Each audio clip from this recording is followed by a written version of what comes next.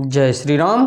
आइए चलते हैं हम आपको फिर भोलेनाथ के श्री शिव महापुराण की कथा में, जिसको सुनने और पढ़ने मात्र से ही हमारा आपका देश संसार का कल्याण होगा। तो आइए चलते हैं भोलेनाथ के श्री शिव महापुराण की कथा विद्येश्वर संहिता में।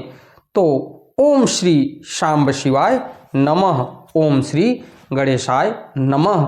त्वमेव माता च पिता त्वमेव बंधुश्च सखा त्वमेव विद्या द्रविणम त्वमेव सर्वम मम देव देव। इसके पश्चात विघ्नों को हरने वाले भगवान गणेश और विद्या की प्रदायिनी माँ सरस्वती के चरणों में शीश नवाते हुए विनम्र निवेदन करूँगा कि हमारे देश संसार में जहाँ भी भोलेनाथ के श्री शिव महापुराण की कथा हो रही हो, उसे संपन्न करने में अपना पूर्ण योगदान दें। उसके साथ साथ हमारे ऊपर भी अपनी कृपा बनाए रखें कि मैं अपने मुखार बिंदु से जो भी शिव भक्त प्रेमी हैं उनके तक भोलेनाथ के श्री शिव महापुराण की कथा विद्येश्वर संहिता को पहुँचाने का पूर्ण प्रयास करूं। और जो भी भक्त भोलेनाथ के श्री शिव महापुराण की कथा को सुन रहे हैं, उनके ऊपर भोलेनाथ कभी भी किसी भी प्रकार का संकट न होने दें और उनके घर में किसी भी प्रकार का असाध्य रोगों का प्रवेश न हो। तो आपको ले चलते हैं भोलेनाथ के श्री शिव महापुराण की कथा विद्येश्वर संहिता के 22वें अध्याय में, 22वां अध्याय यानी 22वें अध्याय में, जिसको देखा जाए तो मिलेगा शिव नैवेद्य भक्षण का निर्णय एवं बिल्व पत्र का महत्व। तो देखा जाए तो बेलपत्री का महत्व भोलेनाथ के शिवलिंगी पर या भोलेनाथ के मंदिर में आप जाइए तो बेलपत्री का बहुत ज़्यादा महत्व है कि बिना बेलपत्री का भोलेनाथ का पूजा संपन्न नहीं होता। तो इस बेलपत्री का रहस्य जाना जाए भोलेनाथ के श्री शिव महापुराण की कथा के माध्यम से, जिसको मैं संस्कृत और उसका उच्चारण हिंदी में पहुंचाने का आप तक पूर्ण प्रयास करूंगा। तो आइए चलते हैं भोलेनाथ के श्री शिव महापुराण की कथा विद्येश्वर संहिता में। अग्राहम्य शिव नैवेद्यमिति पूर्वं श्रुतं वचः ब्रूहि तन्निर्णयं बिल्वमाहात्म्यमपि सन्मुने। तो ऋषि उवाच, ऋषिगण बोले। तो देखा जाए कि ऋषिगण क्या बोले। तो हे महामुने, हमने पहले सुना है कि भगवान शिव को अर्पित किया गया नैवेद्य आग्रह होता है, अतएव नैवेद्य के विषय में निर्णय और बिल्वपत्र का महात्म्य भी कहिए। तो देखिए भोलेनाथ के नैवेद्य और बिल्वपत्र का महात्म्य आपको मिलेगा। तो सूत उवाच, सूत जी बोले, शृणुध्वं मुनयः सर्वे सावधानतयाधुना सर्वं वदामि सम्प्रीत्या धन्यायूयं शिवव्रताः शिवभक्तः शुचिः शुद्धः सद्व्रती दृढ़ निश्चयः भक्षयेत् शिव नैवेद्यं त्यजेद् ग्राह्य भावनां दृष्ट्या वापि शिव नैवेद्यं यान्ति पापानि दूरितः भुक्ते तु शिव नैवेद्ये पुण्यान्यायान्ति कोटिशः अलम यागसहस्रेणाप्यलं याज्ञार्बुदैरपि भक्षिते शिव नैवेद्ये शिवसाज्यमाप्नुयाति यद गृहे शिव नैवेद्य प्रचारोऽपि प्रजायते तदा गृहं पावनं सर्वमन्य पावन कारणम् आगतं शिव नैवेद्यं गृहीत्वा शीर्षा मुदा भक्षणीयं प्रयत्नेन शिवस्मरणं पूर्वकम् आगतं शिवनैवेद्यमन्यदाग्रहमित्यपि विलम्बे पापसम्बन्धो भवत्येव हि मानवः न यस्य शिवनैवेद्ये ग्रहणेच्छा प्रजायते स पापिष्ठः गरिष्ठः स्यान्नरकं यात्यपि ध्रुवम् हृदये चन्द्रकान्ते च स्वर्णरूप्यादिनिर्मिते शिवदीक्षावता भक्ते नेदं भक्षमितिर्यते शिवदीक्षान्वितो भक्तो महाप्रसादसंज्ञकं सर्वेषामपि लिंगानां नैवेद्यं भक्षयेत् शुभम।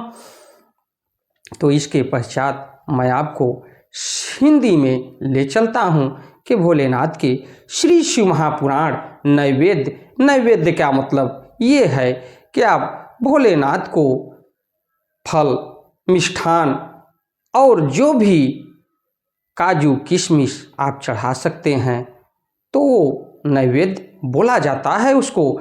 और उसके बाद बेलपत्री कि बेलपत्री का इतना बड़ा महत्व क्यों है कि बेलपत्री से अगर देखा जाए तो आप तमाम तरीके से भोलेनाथ के क्रियाकलापों को करते हैं और भोलेनाथ की पूजन अर्चन करते हैं, लेकिन अगर बेलपत्री का अभाव है, अब बेलपत्री आपके पास नहीं है, तो पूजन अर्चन आपके लिए व्यर्थ है। तो देखा जाए तो सूत जी बोले, हे मुनियों, अब आप सब सावधानी से सुने, मैं प्रेम पूर्वक सब कुछ कह रहा हूँ। आप लोग शिव व्रत धारण करने वाले हैं, अतः आप लोग धन्य हैं। जो शिव का भक्त पवित्र शुद्ध सद्व्रती तथा दृढ़ निश्चयी है, उसे शिव नैवेद्य अवश्य ग्रहण करना चाहिए और आग्रह भावना का त्याग कर देना चाहिए। शिव नैवेद्य को देखने मात्र से ही सभी पाप दूर हो जाते हैं और शिव का नैवेद्य भक्षण करने से तो करोड़ों पुण्य स्वतः आ जाते हैं। तो देखिए भोलेनाथ के श्री शिव महापुराण की कथा विद्येश्वर संहिता में नैवेद्य का कितना बड़ा महत्व है कि भोलेनाथ को जो नैवेद्य चढ़ता है, अगर कोई अन्य भी चढ़ा रहा है तो उसे देखने मात्र से आपके सभी कष्ट दूर हो जाते हैं। अगर उसी नैवेद्य को यानी चढ़ाए हुए नैवेद्य को आप ग्रहण करते हैं तो उसमें करोड़ों पुण्य स्वतः आपको मिलते हैं। इस भोलेनाथ के श्री शिव महापुराण की कथा के अनुसार 1000 यज्ञों की बात कौन कहे, अर्बुद यज्ञ करने से भी वह पुण्य प्राप्त नहीं हो पाता। यानी अर्बुद का मतलब अगर आप अरबों खरबों या असंख्य यज्ञ भी कर लें तो उससे आपको पुण्य की प्राप्ति नहीं हो पाती। जो शिव नैवेद्य खाने से प्राप्त हो जाता है, जो भोलेनाथ के चढ़े हुए नैवेद्य को खाने से प्राप्त होता है, तो आपको कितनों यज्ञ कर लीजिए उसका फल आपको प्राप्त नहीं होता, जितना भोलेनाथ पर चढ़े हुए नैवेद्य को ग्रहण करने से आपको प्राप्त होता है। शिव का नैवेद्य खाने से तो शिव सायुज्य की प्राप्ति भी होती है। उसके पश्चात जिस घर में शिव को नैवेद्य लगाया जाता है या अन्यत्र से शिव को समर्पित नैवेद्य प्रसाद रूप में आ जाता है, वह घर पवित्र हो जाता है। जैसे अगर देखा जाए तो जिस घर में भोलेनाथ के प्रति नैवेद्य का नित्य भोग लगता है, तो उस घर में देखा जाए तो उस घर के प्राणियों को, उस घर को कभी भी किसी भी प्रकार की कमी नहीं होती। ये भोलेनाथ की महिमा है। और आप करोड़ों यज्ञ कर लीजिए, लेकिन नैवेद्य का इतना बड़ा महत्व मिलता है कि आपके घर में नित्य प्रतिदिन नैवेद्य लग रहा है भोलेनाथ को, तो आपको उत्तम फल की प्राप्ति मिलेगी और नैवेद्य खाने से तो शिव सायुज्य की प्राप्ति भी हो जाती है। उसके बाद नैवेद्य प्रसाद रूप में आ जाता है, वह घर पवित्र हो जाता है। तो देखा जाए तो अगर आप काशी विश्वनाथ की नगरी, जो कि मोक्ष की नगरी मानी जाती है, कि अगर मृत्यु होने के पश्चात जिस व्यक्ति का दाह संस्कार काशी विश्वनाथ की नगरी में हो गई, तो इतना आप मान लीजिए कि उसकी आत्मा पवित्र होके किसी पुण्य आत्मा में प्रवेश करेगी। ये सत्य है और काशी विश्वनाथ की महिमा भी सत्य है, इसको नकारा नहीं जा सकता। और उसके बाद देखा जाए तो भोलेनाथ को जहाँ भी शिवलिंग है वहाँ का प्रसाद भी आपको ग्रहण करने के रूप में मिल जाए तो उसे स्वेच्छा से लीजिए और उसको ग्रहण करिए। जैसा देखा जाए तो जिस घर में शिव को नैवेद्य लगाया जाता है या अन्यत्र से शिव को समर्पित नैवेद्य प्रसाद रूप में आ जाता है, वह घर पवित्र हो जाता है और वह अन्य को भी पवित्र करने वाला हो जाता है। तो नैवेद्य का इतना बड़ा महत्व है। अगर आपको बाबा बैजनाथ और उसके बाद काशी विश्वनाथ, अमरनाथ, अन्य नगरों का जहाँ भोलेनाथ अपने स्थान में विराजमान हैं, तो वहाँ का प्रसाद नैवेद्य आपको मिले तो ग्रहण करिए। अगर आपको मिल रहा है तो आप जितने लोगों को देंगे ग्रहण करने के लिए, उतने फल की आपको प्राप्ति होगी और वह पवित्र करने वाला हो जाएगा। आए हुए शिव नैवेद्य को प्रसन्नता पूर्वक सिर झुकाकर ग्रहण करके भगवान शिव का स्मरण करते हुए उसे खा लेना चाहिए। आए हुए शिव नैवेद्य को दूसरे समय में ग्रहण करूंगा, ऐसी भावना करके जो मनुष्य उसे ग्रहण करने में विलंब करता है उसे पाप लगता है। तो देखा जाए तो आप भोलेनाथ के चढ़े हुए प्रसाद नैवेद्य को मिल रहा है तो उसे तुरंत ग्रहण करिए। अगर उसको टाल मटोल कर रहे हैं कि नहीं हम बाद में कभी खा लूँगा, तो इससे आपको पाप लगेगा। और आप इस चीज़ का ख्याल रखिएगा कि अगर आपको चढ़ा हुआ नैवेद्य मिल रहा है तो उसे तुरंत ग्रहण करें और उसके बाद उसे ग्रहण न करने का पाप आपको लगेगा। जिसमें शिव नैवेद्य ग्रहण करने की इच्छा उत्पन्न नहीं होती वह महान पापी होता है। देखा जाए तो जिस व्यक्ति को भोलेनाथ के चढ़े हुए नैवेद्य को ग्रहण करने की इच्छा नहीं होती तो महान पापी होता है और उसको तमाम तरीके से यातनाओं का सामना करना पड़ता है और निश्चित रूप से नरक को जाता है। हृदय में अवस्थित शिवलिंग या चंद्रकांत मणि से बने हुए शिवलिंग अथवा स्वर्ण या चांदी से बनाए गए शिवलिंग को समर्पित किया गया नैवेद्य शिव की दीक्षा लिए भक्तों को खाना ही चाहिए, ऐसा कहा गया है।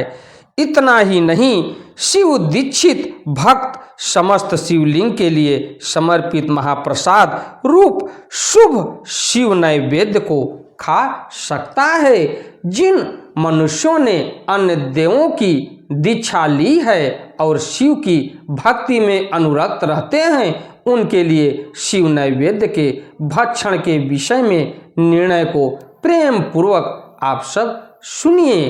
तो इस कथा को मैं आगे आपको ले चलूँगा। हमारी कथा आपको अच्छी लगे तो वीडियो को लाइक करिएगा, शेयर करिएगा, चैनल को सब्सक्राइब करिएगा और जहाँ तक हो सके भोलेनाथ के श्री शिव महापुराण की कथा का प्रचार प्रसार करते रहिए और बेल आइकन दबाना न भूलिए। इसी के साथ भोलेनाथ के श्री चरणों में शीश नवाते हुए विनम्र निवेदन करूंगा कि हमारे देश संसार में जो भी हमारे मुखार बिंदु से इस भोलेनाथ के श्री शिव महापुराण की कथा को सुन रहे हैं उनके ऊपर कभी भी किसी भी प्रकार का बाधा या परेशानी ना आवे और न ही उनकी कभी अकाल मृत्यु हो।